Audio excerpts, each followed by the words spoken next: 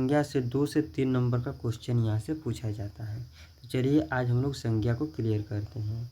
संज्ञा इतना हम लोग क्लियर बेसिक से पढ़ेंगे कि संज्ञा ले कहीं से क्वेश्चन आएगा बन जाएगा। तो चलिए हम लोग संज्ञा का सबसे पहले परिभाषा देखेंगे, उसके बाद उसके भेद देखेंगे, भेदों को परिभाषा करेंगे, उसके बाद कुछ इसमें ऑब्जेक्टिव को देखेंगे।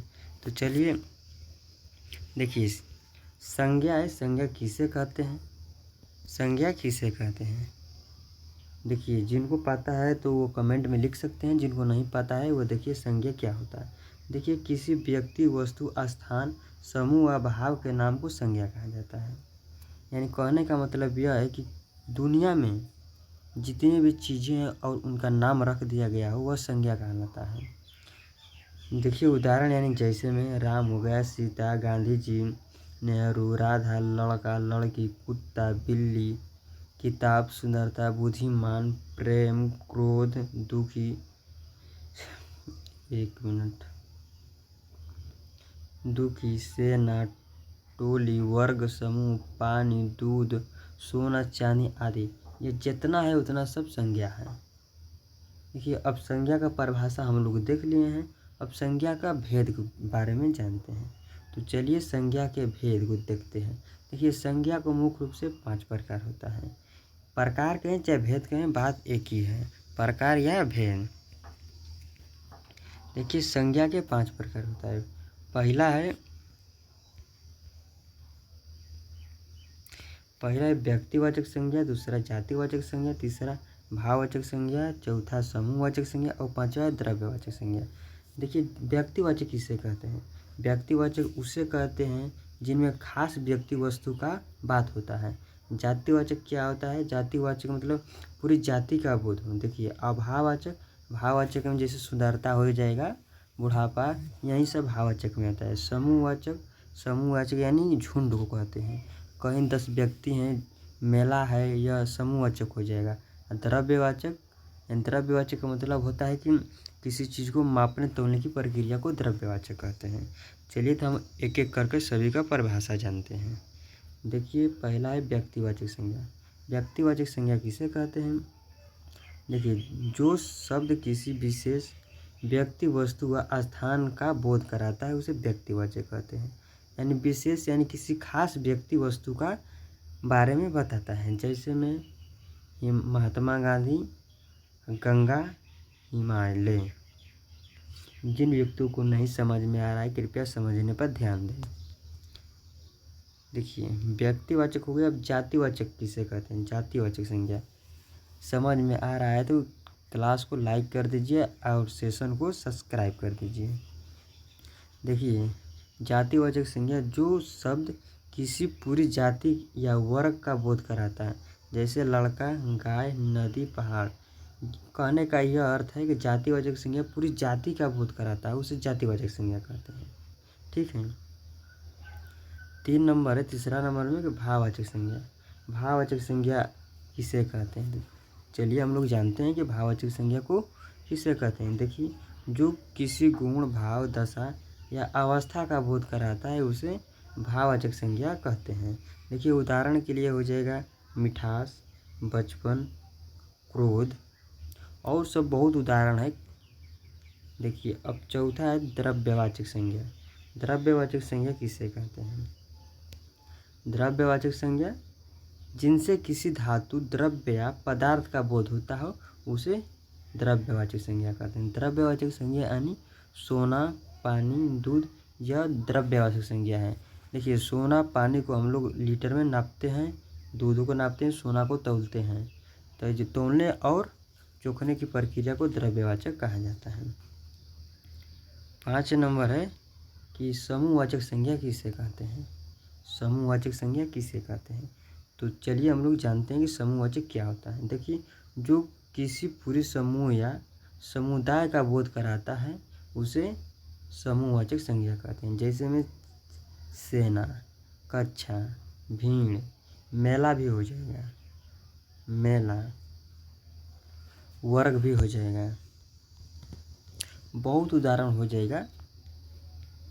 अब देखिए हम लोग क्वेश्चन की ओर चलते हैं। इसमें लगभग हम लोग यहाँ से 10 क्वेश्चन चलेंगे। अगर आप लोगों ने संज्ञा को बढ़िया से देखे होंगे तो एक भी ऑब्जेक्टिव नहीं छूटेगा, सब ऑब्जेक्टिव बन जाएगा। तो चलिए हम लोग संज्ञा के ऑब्जेक्टिव देख लेते हैं। देखिए पहला ऑब्जेक्टिव पूछा है, पहला ऑब्जेक्टिव है कि जातिवाचक संज्ञा का उदाहरण है। बताइए कि जातिवाचक संज्ञा का उदाहरण कौन है? राम है कि मोहन है कि रहीम है कि जामुन है? देखिए जातिवाचक संज्ञा बोला है तो जामुन हो जाएगा।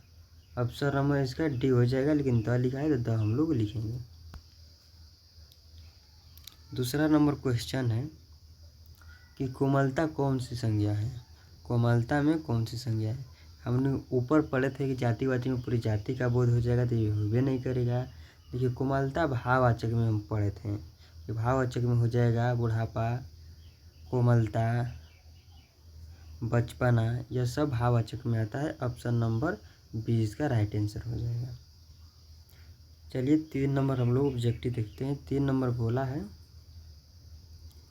कि निम्न में से कौन सा शब्द जातिवाचक नहीं है?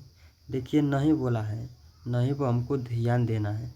नहीं तो नहीं के बदले में नहीं पर ध्यान नहीं देकर हाँ मार देते हैं। देखिए गाय होगा कि पर्वत होगा कि पंखा होगा कि हिमालय होगा? देखिए जातिवाचक संज्ञा बोला है तो देखिए गाय जातिवाचक संज्ञा है, पर्वत भी है, पंखा भी है, लेकिन हिमालय जातिवाचक संज्ञा नहीं है। यह एक व्यक्तिवाचक संज्ञा है, व्यक्तिवाचक संज्ञा है, इसलिए इसमें नहीं बोला है। तो हम लोग ऑप्शन नंबर डी की ओर जाएंगे। ऑप्शन नंबर डी इसका राइट आंसर। देखिए उत्तर नीचे लिखा गया है, उत्तर नंबर हिमालय होगा। 4 नंबर क्वेश्चन है कि गुलाब अच्छा लड़का है, वाक्य में संज्ञा कौन है? गुलाब अच्छा लड़का है, वाक्य में संज्ञा कौन है? देखिए जातिवाचक हो जाएगा कि व्यक्तिवाचक कि पुरुषवाचक कि भाववाचक?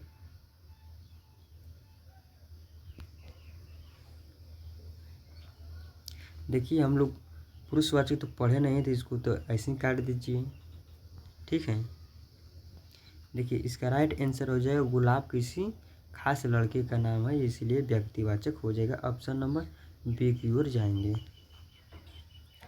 5 नंबर क्वेश्चन है कि गुलाब फूल में श्रेष्ठ है, वाक्य में कौन संज्ञा है? देखिए गुलाब फूलों में श्रेष्ठ है, कौन सी संज्ञा है? देखिए गुलाब फूलों में श्रेष्ठ है, जातिवाचक होगा कि व्यक्तिवाचक कि उत्तमवाचक होगा कि भाववाचक? कि उत्तमवाचक तो हम पढ़े नहीं हैं तो इसको काट देंगे। देखिए इसका राइट आंसर हो जाएगा ऑप्शन नंबर ए, जातिवाचक हो जाएगा। 6 नंबर क्वेश्चन है, 6 नंबर क्वेश्चन है कि सुरेश ने कहा मनोज अब बूढ़ा हो चुका है, वाक्य में भाववाचक संज्ञा है। देखिए भाववाचक संज्ञा हम क्या बोले थे कि जिसमें स्वभाव के बारे में बताया जाए, बूढ़ा, जवानी, जैसे में देखिए बचपना, यही सब होता है भाववाचक। तो भाववाचक मनोज अब बूढ़ा हो चुका है, तो इसमें भाववाचक संज्ञा कौन है? बूढ़ा। तो मनोज तो हुई नहीं करेगा, अब भी नहीं होगा, बूढ़ा इसका राइट आंसर हो जाएगा। ऑप्शन नंबर सी की ओर हम लोग चलेंगे। देखिए 7 नंबर क्वेश्चन है कि पहाड़ों के नाम किस संज्ञा के अंतर्गत आता है? पहाड़ों के नाम देखिए जातिवाचक कि व्यक्तिवाचक कि वस्तुवाचक कि भाववाचक? वस्तुवाचक तो होगा नहीं, यह क्लियर है। देखिए इसमें हो जाएगा व्यक्तिवाचक, इसका right answer B. 8 number question है कि आजकल हर शहर में रावण पैदा हो रहा है, रेखांकी शब्द में संज्ञा कौन है? देखिए रेखांकी कहने का मतलब यह है कि जिस शब्द के नीचे रेखा लगा हो, जैसे में रावण के नीचे एक रेखा लगा है, इसी को रेखांकी बोला जाता है। देखिए यह कौन सी संज्ञा हो जाएगा बताइए तो? देखिए यह जातिवाचक संज्ञा हो जाएगा। Option number A. व्यक्तिवाचक होगा नहीं, निश्चयवाचक भी नहीं होगा, भाववाचक भी नहीं होगा। 9 नंबर क्वेश्चन है कि दुखी में कौन सी संज्ञा है? देखिए दुखी में कौन सी संज्ञा है, तो यह भाववाचक संज्ञा हो जाएगा। Option number A. 10 number question है कि शेर हिंसा जानवर है, रेखांकित शब्द में संज्ञा कौन है। देखिए शेर बोला है, शेर के नीचे रेखा है, तो कौन सा हो जाएगा इसका